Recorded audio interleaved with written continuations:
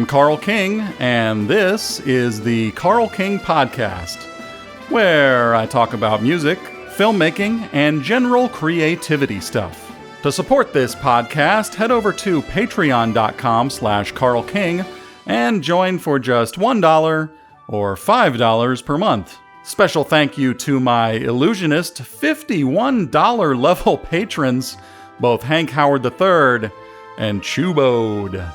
Quick shout out to my music endorsements: Vienna Symphonic Library, Fractal Audio, Ernie Ball Strings, Toontrack, and Millennia Media. All 5 of those companies make amazing musical gear that I love to use. Now let's prepare to start getting started. All right, here's what we're going to do in this episode. We're going to do a little Carl King the Human update, and then we've got a film review of House of the Dragon Episode 1, then a feature segment on the genre of creativity called Surrealism. After that, Carl King visits the actual town of Twin Peaks. I'll answer a listener question, and we'll wrap it all up with the album of the week, Of Natural History, from Sleepytime Gorilla Museum. And remember, if you are listening to the audio version of this podcast, there is also a video version on my YouTube channel. And that's youtube.com/CarlKingdom, I think. So let's go. Here's that Carl King the Human update from Carl King the Human Update.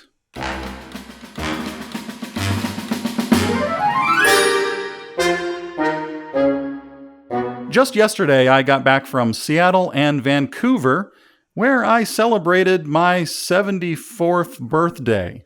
I actually went up there with Chubode and our female human wives. We had a really nice time, and I ate a bunch of vegan nachos. So happy 74th birthday to Carl King and his crappy knees. But hey, Carl King isn't wasting any time. I'm here today to tell you all the things, and that is what makes me the most trusted podcaster in northern Los Angeles County. One little Carl Kingdom news item: my latest book, Robots and Aliens Deep Liner Notes 1996 through 1999, was reviewed on Ink19.com. You may know that Ink19 was the first magazine to ever review one of my albums, and also the first to interview Sir Millard Mulch. Anyway, Robots and Aliens is a digital book, 126 pages or so, all about the making of that first Sir Millard Mulch CD. It's full of photos, stories, liner notes, all sorts of artifacts. And you can read it, but it's only available to my Patreon patrons at the $5 level and up. So head over to patreon.com/CarlKing and do what you're supposed to do. Anyway, the review by Charles DJ Deppner was nifty, and I like how he referred to my life as an escape plan. I'll put a link to the review in the show notes. All right, so here we go. Grab a handful of low FODMAP crumbs out of the bottom of your backpack, and let's get into this episode's film review.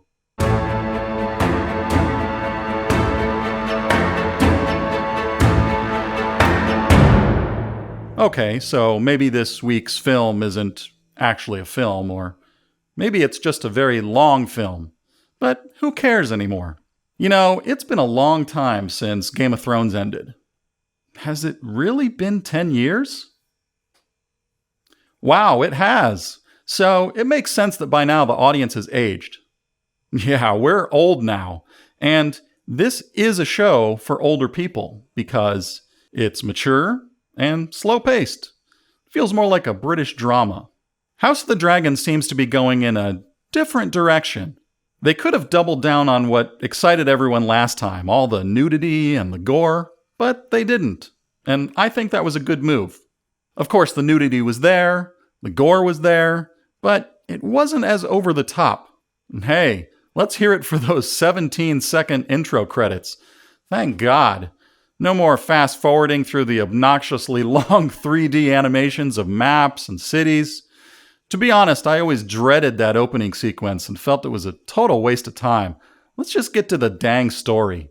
Now, speaking of the dang story, this one takes place 172 years before the other show. And Carl King has no complaints with that. I think jumping way back in time is refreshing. I actually wish Star Wars would do that. Let's get out of this same old cramped universe full of the same characters and actors. It's just time to let it go because, in my opinion, the shark has been jumped. But we're not here to talk about Star Wars, are we? No, we're not going to talk about Judy. With House of Dragon, or is it House of the Dragon, or the House of Dragons? I don't remember. There's a focus on visual storytelling going on, and here's how I know. There's a major plot reveal that only happens visually about halfway through the episode. And it's not spoken in dialogue until much later. But when that visual reveal happened, I actually looked away for a moment and totally missed it. So later on, another scene wasn't making any sense to me, so I had to go back. Like, what the heck? And sure enough, I found the information I needed right there on camera. Totally my fault, and the filmmakers should definitely stick to their strong choices. Here's a super cool detail I appreciated. There's a scene where King Viserys I Targaryen is off on his own building model cities like a dad with his model trains. Regarding the casting decisions, I don't know. I don't know how much I'll be drawn into these actors, but, time will tell. I think Matt Smith does seem like a good choice for Prince Daemon. But here's something a little bit disorienting. They cast 2 different actresses to play who I assume is the most important character, Princess Targaryen? Because there's Emma D'Arcy as the older version and Millie Alcock as the younger. Now, I don't know at what point we will jump forward in time in this series and swap them out, but it seems like a dangerous choice. Because throughout the first episode, it's all Millie Alcock. We're investing in her and caring about her, and soon she'll just be gone, totally replaced. And we'll have to continue watching and see how that works out. That led me to look through the cast list on Wikipedia, and dang, there are a lot of characters in this show. You got Targaryens and Baratheons and Valerians and even Lannisturians, and also I think maybe just one Stark. About the cinematography, I noticed they use super wide lenses, like tilting up and down, causing everything on the sides to bend all over the place. So there were lots of wide shots showing you how big and grand the Targaryen Empire was back then. And I don't recall if Game of Thrones did as much of that. The musical motif from Game of Thrones was brought back, but in a clever way. It's there, I noticed it, but it wasn't obnoxious like it could have been. So that was a relief. Carl King would give this show 5 out of 5 stars on Letterboxd because I need to consume as many Game of Thrones TV shows as possible. Unfortunately, this TV show is not listed there yet. Sometimes TV shows appear there, and sometimes they don't. It's not Carl King's fault. By the way, if you are on Letterboxd, you can add me. I'm Carl Kingdom over there. So let's be very good friends. And now, this episode's feature segment.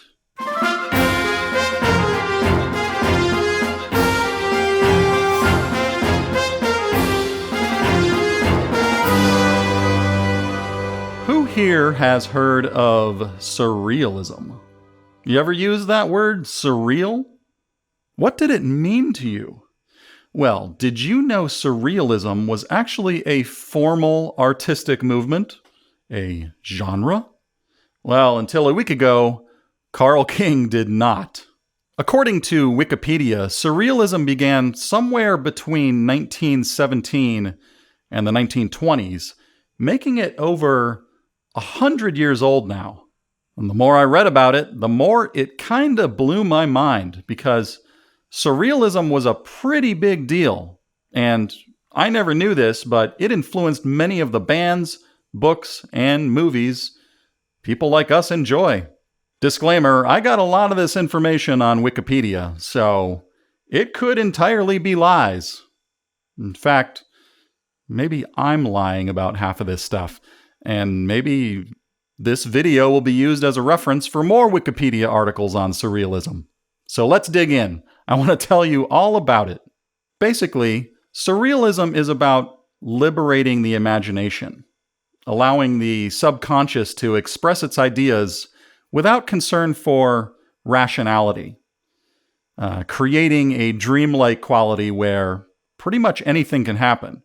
You know, like those paintings of people with multiple heads and stuff floating in the air that shouldn't be floating in the air. It's a breakdown of reality. That style got its start right after World War I and kind of came out of a movement called Dada. And Dada was strongly, overtly anti-war. That was in maybe 1915 or 1916.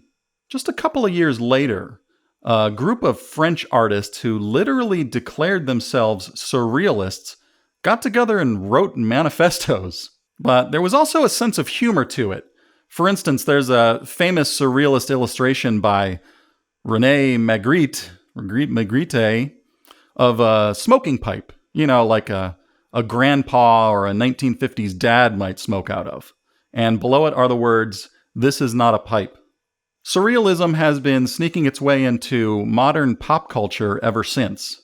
And I'm putting a link in the show notes to a fascinating old film on YouTube about Dadaism and Surrealism. And by the way, check out the narrator's voice. Does he sound familiar to you? Now, when someone says Surrealism, you might think of the paintings of Salvador Dali or Dali. But he was born in 1904, so he was only like 13 years old when those French surrealists established the style. But he did officially join the movement in 1929 when he was 25 years old. So anyway, what's with the name Surrealism? Well, a French writer named Guillaume Apollinaire actually made it up in 1917. He wrote a letter to a friend and was like, "I've decided my style is surrealism." And apparently he was onto something because over the next few years, two competing groups of creative French people formed and decided they were both the official surrealists, kind of like Sneetches on the beaches. And both groups even wrote their own manifestos. And they basically went to war with each other.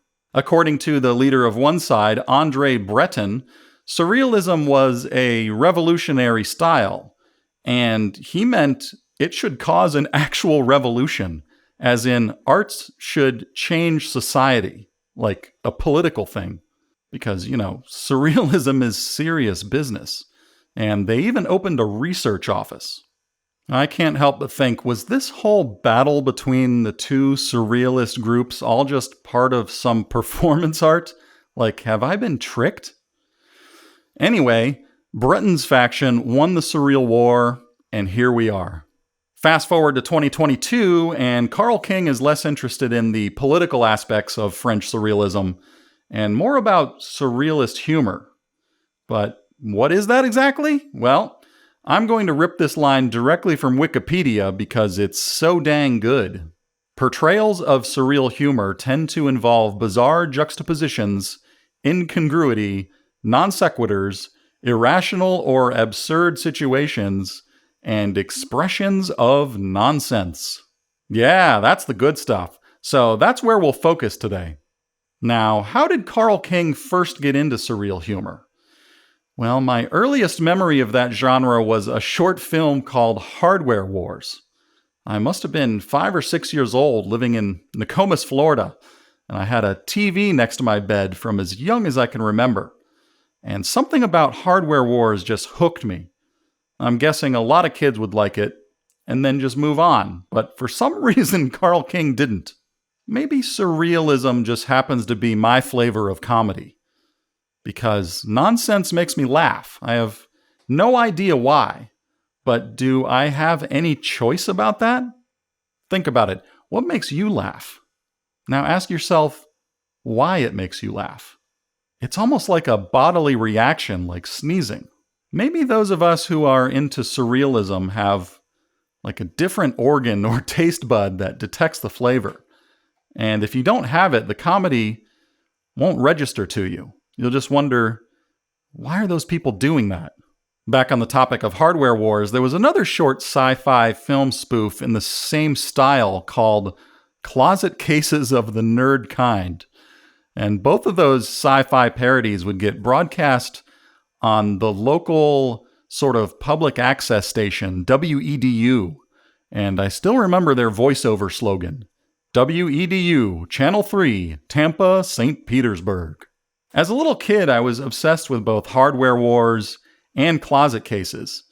And I'd tune into the station all the time, hoping they'd play them again.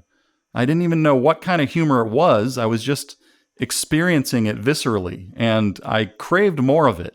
This is a weird little side note, but my book, So You're a Creative Genius Now What?, was actually published by the producer of Hardware Wars, Michael Wiese. And I remember freaking out. And that little factoid was the reason I grabbed the pen and signed the contract. Anyway, back to my story on surrealism.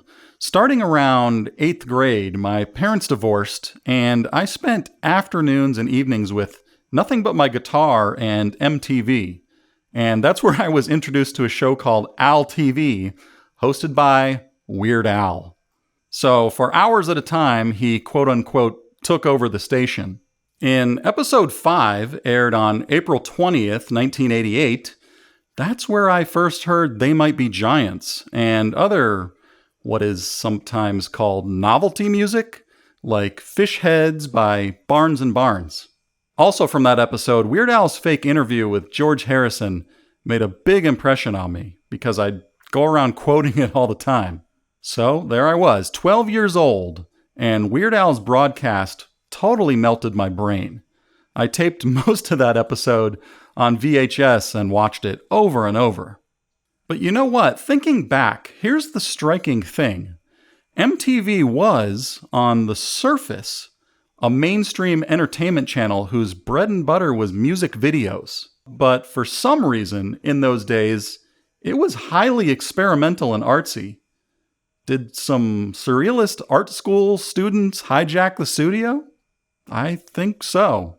However it was happening, it was intentional because whoever was in control, they aired a ton of creatively challenging material. Like late at night, there was Liquid Television where Beavis and Butthead got their start. In the middle of the day, unexpectedly, there was Pirate TV, a supposed illegal takeover of the station. And even the half-hour comedy hour could be pretty out there. In the afternoons, it was Just Say Julie and a game show called Remote Control.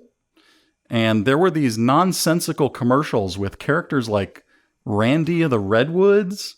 And even Pauly Shore was kind of surreal, I think.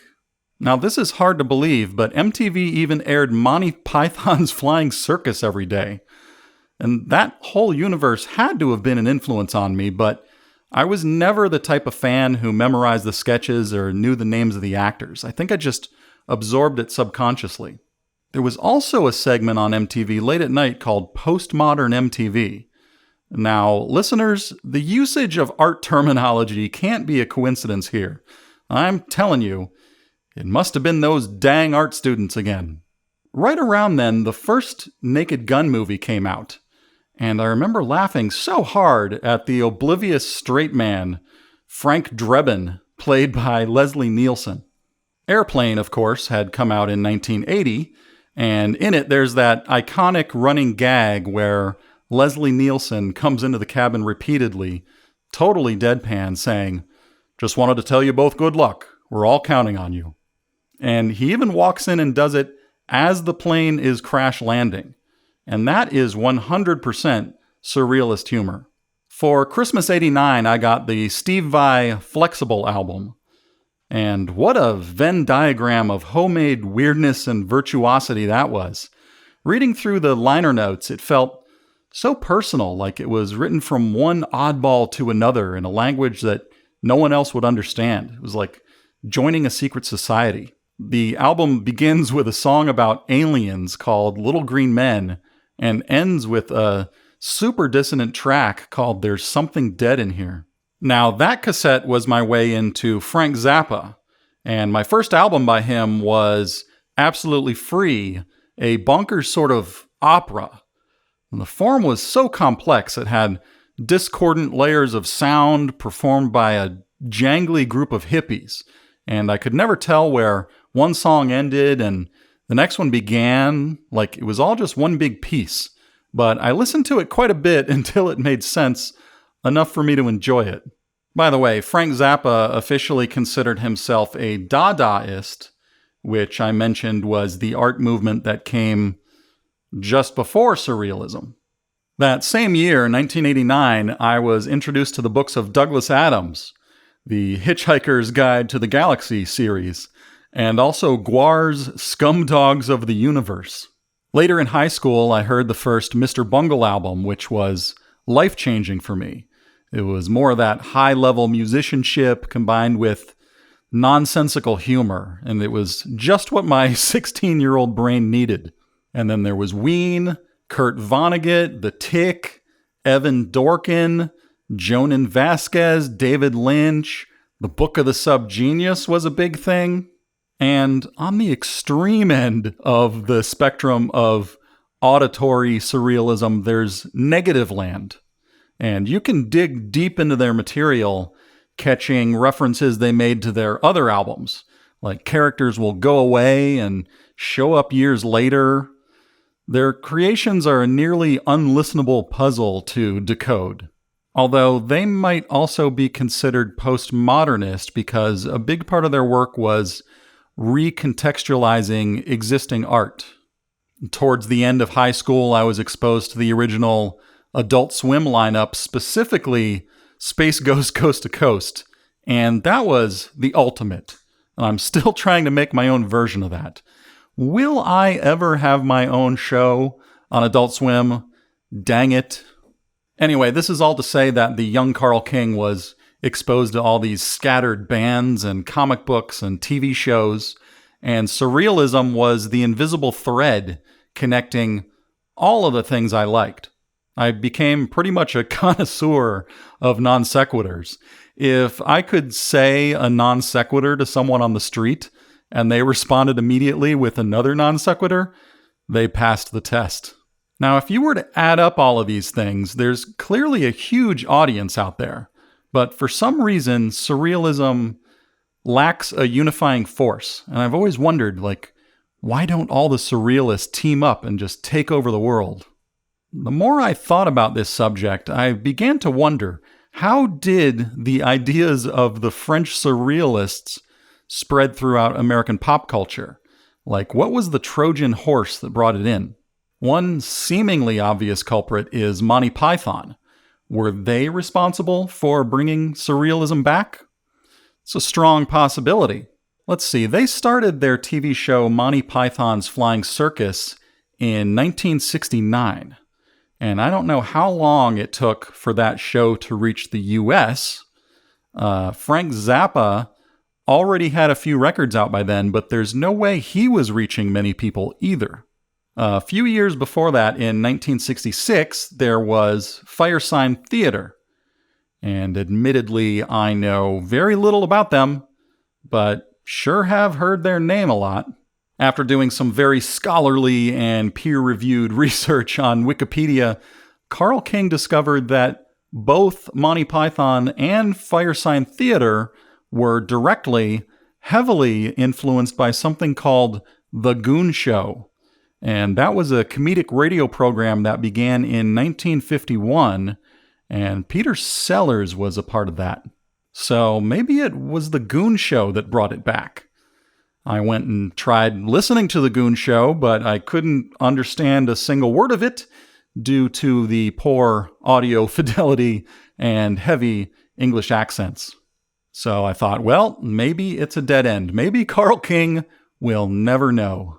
And then it occurred to me. What about Mad Magazine? Aha! Back when I was in elementary school, I read lots of Mad Magazine. My mom bought it for me all the time at the grocery store, and I'm sure she had no clue what kind of sick stuff was really in there. Turns out Mad began in 1951, which makes it way older than I expected. And also 1951 is the same year as the Goon Show on the other side of the Atlantic. I did some more digging, and Mad was edited by a legendary dude named Harvey Kurtzman. And having gone to art school, he certainly knew of and was influenced by the French Surrealists, even though his main career focus was cartooning for comic books. But it's just like everyone in music school gets exposed to John Cage. Going back in time, Mad's first issue was under the EC Comics brand, like their other titles, Weird Science and Tales from the Crypt. And where Weird Science was sci-fi and Tales from the Crypt was horror, Mad was comedy. And they released new issues only a few times a year, I think quarterly. In 1954, something important happened. It was issue number 11. The cover was a cartoon parody of Life magazine, this character with grotesque teeth. Apparently something so intentionally ugly had never been seen before on newsstands. But Mad Magazine went completely over the edge into surrealism, maybe even postmodernism, with issue 24 in 1955. So from issue 23 to 24, the transformation was shocking. If you read issue 23 and then 24, you'll see how drastic the shift was. The art, the satirical writing, it was like it came out of nowhere. The reality, or the surreality, is this. With that issue, number 24, they shifted from a comic book format to a magazine format. And it is an unbelievable issue. Everybody should go check it out. For context, let's look at what else was going on in 1955 when Mad Magazine decided to relaunch. Mad issue 24 was just 4 months before the Vietnam War began. It was the year of Rock Around the Clock and Tutti Frutti and the very first McDonald's and the opening of Disneyland. So Mad Magazine was early on the scene. Cracked Magazine came along a bit later in 1958, and the Beatles didn't even form until 1960. Twilight Zone was 1959, and National Lampoon was 1970. Zap Magazine with R. Crumb was much later in 1968. In the Book of Weirdo, R. Crumb says he saw Mad Magazine issue number 11 on the newsstands as a child and describes the powerful impact it had on him. And according to Wikipedia, Terry Gilliam himself of Monty Python said, quote, "Mad became the Bible for me and my whole generation." So there it is. Mad Magazine seems to be surrealistic humor's place of rebirth in America. If anyone knows of anything in mid-50s mainstream that was as surrealist as Mad Magazine, let me know. Okay, so here we are. Carl King has been making albums, books, and movies for like 30 years. And after all this reading about surrealism, it's obvious. There's already a name for all that stuff I love and all the stuff I create. Here I was just doing what I do, and I never knew I was in a genre. But dang it, Mr. Bungle, Adult Swim, these things belong together under the banner of surrealism. So here's what I propose. We can stop using the words weird and crazy to describe art and music and movies. Let's just retire those two words. Although I doubt Weird Al will want to change his name to Surreal Al, so he gets a pass. From now on, I'm going to use the term surrealist. And hey, I'm even putting it in my bio starting today, because if it was good enough for the original surrealists, it's good enough for me.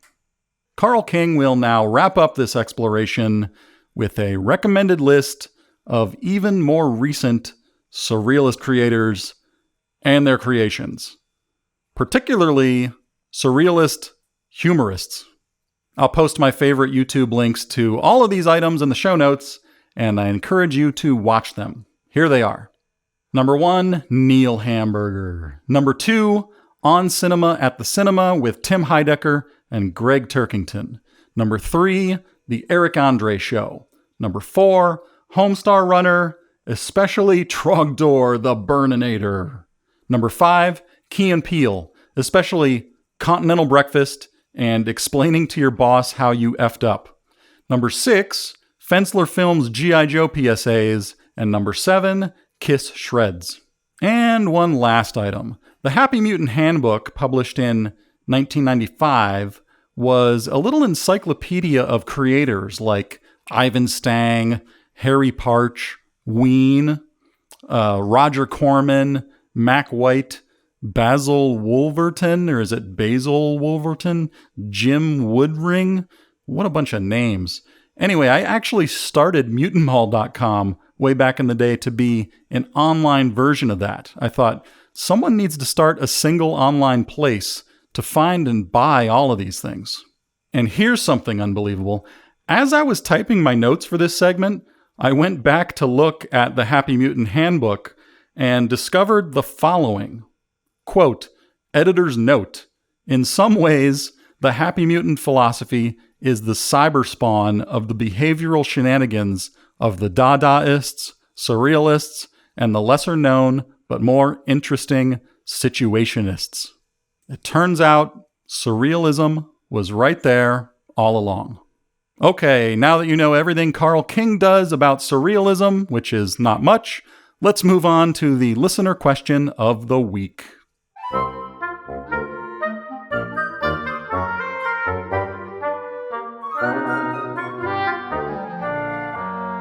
This week's listener question comes from Modiak. And Modiak wants to know more about things I'm currently trying to overcome. Well, Modiak, here's what Carl King is trying to overcome, like right now. I have this deep fear, maybe even a belief, that everything I make, every song, every blog post, every animated show, every book, every podcast episode will go completely unnoticed and no one will like it or even pay attention to it. And that I'll never be able to make a living off of any of this stuff. I actually go through periods of depression after every major release, and I'm not kidding.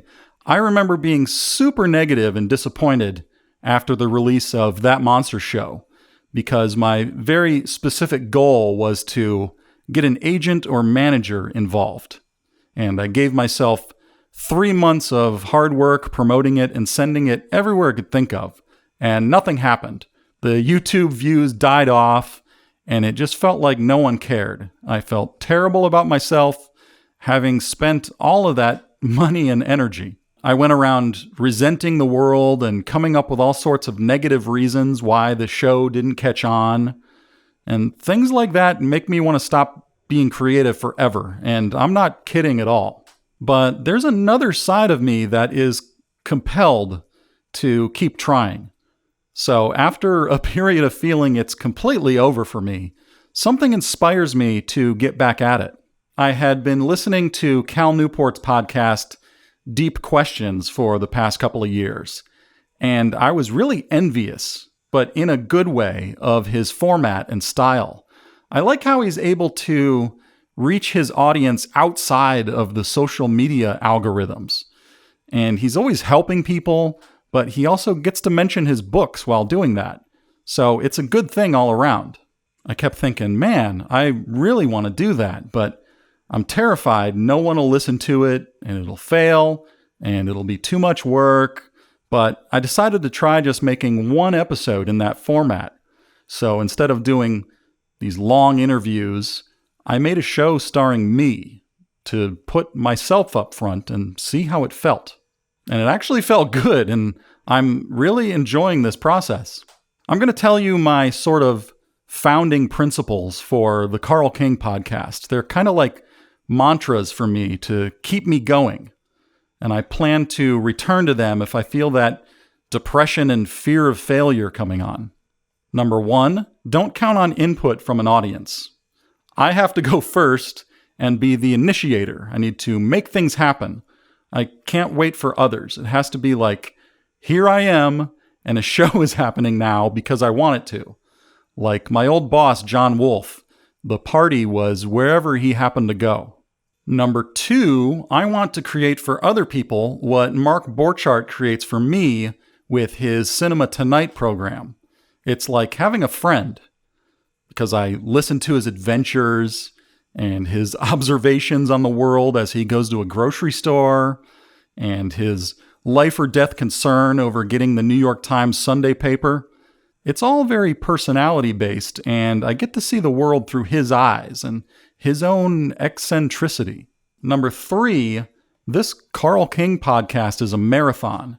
It's going to take time, and for now, it's going to grow one single listener at a time. So some episodes will be hits, others not so much. So I need to remember to look back after 100 episodes or 1,000 episodes, not after 1 or 10 episodes. I've just got to keep going. Number 4, I need to at least aim to create truly outstanding content with insight. And by insight, I mean stuff like 10 myths about introverts, because that's the stuff that matters. Like new thoughts, even if they're only new thoughts for me. I shouldn't focus on the marketing and the stats, because anything I do other than creating new, valuable content is just going to be artificial inflation and a waste of time. Doing something just to get an influx of clicks will disappear quickly, so just don't chase clicks. And 5, I just have to enjoy the process. I have to keep it fun for Carl King, and so far it really is. So thank you, Modiak, for sending yet another good question. If you have a question for me to answer on the show, send it to ask@carlkingdom.com. And now, Carl King visits Twin Peaks.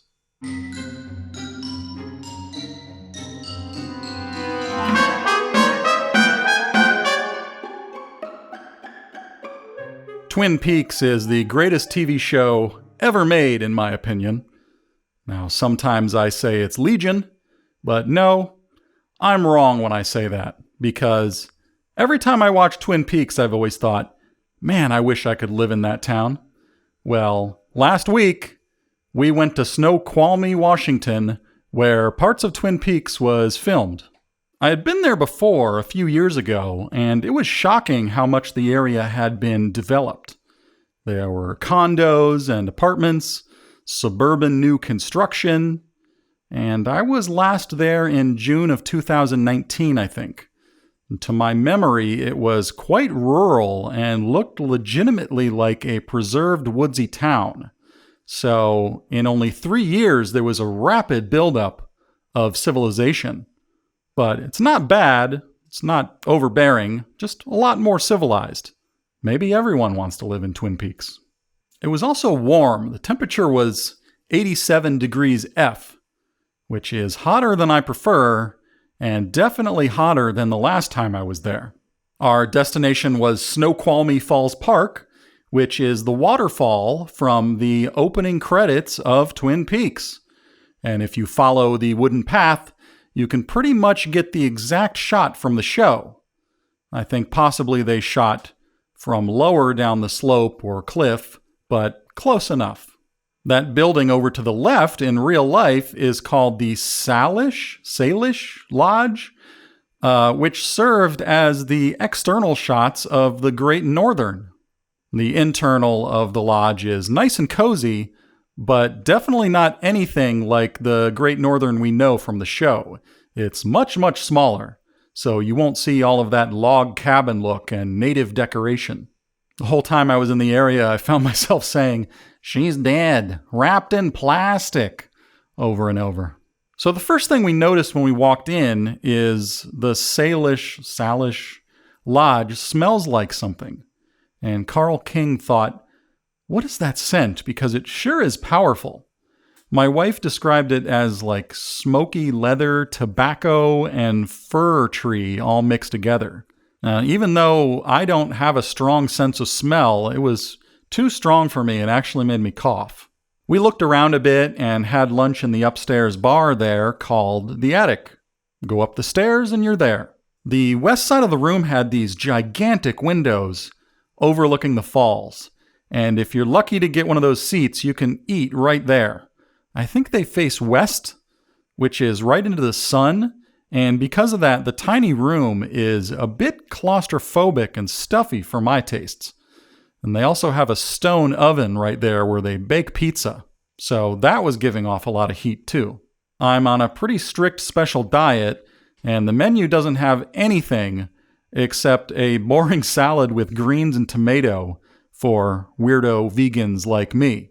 And by the way, I always say, I'm a weirdo vegan to avoid sounding like a superior snob when I'm ordering the food. I got to watch their SDC making our food. Now, what the heck is an SDC? Well, that's secret code for seriously disgruntled cook. Because of my weird diet, when the waitress asked him the ingredients of the salad dressing, he had a little tantrum. He grabbed the ingredients book off the shelf and slammed it on the table. He ripped through the pages one by one. Later, as he went about cooking the food, he banged the plates every chance he got. It was like making all that noise was the only way to tell everyone in the vicinity that he hated his job. Anyway, I ended up with that simple salad and some boring potato chips. And Chubode ordered a big plate of nachos. Interesting to note that they make their nachos with potato chips instead of corn chips. Chubode and I each ordered a cocktail called a Dale Cooper. And it had a powerful, bitter aftertaste. It was good, but I drank only maybe 1/3 of it because Carl King takes it very easy with any alcohol or caffeine. I don't want to do anything that ruins my energy or riles up digestive problems. Part of the way through the meal, I felt a little overstimulated, so I excused myself and went downstairs, spent a few minutes hanging out in the quiet lobby in front of the fireplace. Both the park and the lodge have gift shops, but this time around it seemed like the amount of Twin Peaks branded memorabilia was seriously diminished. I'm guessing there was some kind of a legal issue, but I can't imagine why. I don't know which studio owns the TV series. Maybe some combination of ABC, CBS, or Showtime. Anyway, they shouldn't mind some more fandom keeping the show alive, because I would think it would only boost their viewership. Because of that, I'd say there is a major opportunity for a serious Twin Peaks / David Lynch themed museum and store in the area. It could be opened anywhere in town, and I think it would have nonstop visitors. The gift shops did have some Twin Peaks-esque shirts, but were not high-quality cloth. It was kind of like the rough, cheap brand you'd wash once, and it would end up all deformed and shrunken in unexpected ways. Like maybe it would get very short and wide for no reason, and Carl King really hates that. But I did get myself a hat with the Salish Lodge logo, which is good enough for me. A lot of the gift options they have are less obvious unless you're a Twin Peaks fan like me. I did pick up a collection of enamel pins with the Twin Peaks characters' names on them. And those were kind of cool, but definitely also not too creative. Again, there's a major opportunity for merchandising here. If there is a cool Twin Peaks store in the area, I don't know about it. And there's one last thing I didn't get the opportunity to see, because it's another thing I didn't know about. Because there are plenty of things Carl King doesn't know about. The city of Snoqualmie has put up an actual Welcome to Twin Peaks sign in the original filming location. So, oh well, I'll try to stop by on my next visit. I give the whole experience a Dale Cooper thumbs up, and any Twin Peaks fan should head over to Snoqualmie and tell me what you think. Now, let's find out about this week's Album of the Week. This week's Album of the Week is Of Natural History from Sleepytime Gorilla Museum. Yes, those atonal otherworldly beings who painted themselves white, and drove around in a big bus talking to trees.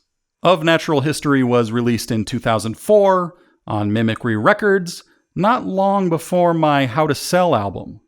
And since our albums were coming out somewhere around the same time, I even tried to get the gig opening for them, but that did not happen. Now, I would call this band Surrealists, but they probably defy all categorization because they're such a unique band, it's hard to even describe the music. They build their own instruments, both percussion and stringed, and it's all very analog and noisy, but totally coordinated in a 20th century composition type of way. However, I do think there were improvisational aspects too, because the songs seem to morph over time. By the way, a few years back, they swapped a few band members and also their name, so you can now find a band called Free Salamander Exhibit carrying on their artistic tradition. And Carl King did a full interview with them on this very podcast, episode number 12, so go listen to that. Back on topic, I loved the first Sleepytime record, Grand Opening and Closing, from 2001. So when they came out with a new one, I sure was ready. Of Natural History is a bit more muddy in tone than the previous release. It's got a more suitably natural acoustic sound. It seems like the drums are less crisp and more roomy, but maybe more primitive to fit with the theme of the album. There are some powerful songs on this album, and 4 of them stood out to me, mainly because I found a personal connection to them. The first of them is track number 1, A Hymn to the Morning Star. And I like to think of this track as a gentle lullaby to celebrate the birth of baby Lucifer. And folks, it is very creepy sounding, and it also feels like it's part 1 and the next song would be part 2. I have this cool memory of Sleepytime playing this one live. And at the end of the song, there's that slow, "I am the adversary" line. And as he sang it, Nils acted out the "as above, so below" hand pose of the magician from the tarot. And then he reversed his hands for the second line, "and must remain the adversary," which was pretty spooky. Up next on my list of favorites is track 2, "The Donkey-Headed Adversary of Humanity" opens the discussion. Now, listeners, I am pretty sure this song is also about Satan, because the Satan of the Christian Bible is known to be the adversary, and his name literally means adversary. But in this song, it feels like a more earthly, pagan angle. If Satan is all about earthly power, then maybe this song is more about the worship of the earth itself and the animals of the woods. My third favorite track is track number 5, which is called FC, The Freedom Club. And this is a straight-up tribute to Ted Kaczynski, also known as the Unabomber. Funny coincidence, back in 2003 or so, I asked Sleepytime's singer Nils to narrate some passages from Industrial Society and Its Future for my How to Sell album. And little did I know, at the same time, Sleepytime was recording this very song. And this song also follows the nature theme, as Kaczynski was a hermit who lived in a shack in Montana. One last cool memory of this song, Nils dedicated it to Sir Millard Mulch when they played it live in Orlando, Florida. And the fourth of these songs that I think are great is track number 8, The Creature, which is another memorable piece vocalized by 3 mohawked Dan Rathbun. It's an almost Dr. Seuss-like fairy tale, but very dark. And I'm pretty sure the creature referred to here is humanity. This is a strong conceptual album and brave work. You can buy the physical CDs through the Web of Mimicry label at webofmimicry.com, and you can follow Free Salamander Exhibit at freesalamanderexhibit.com. Isn't it fascinating how URLs work?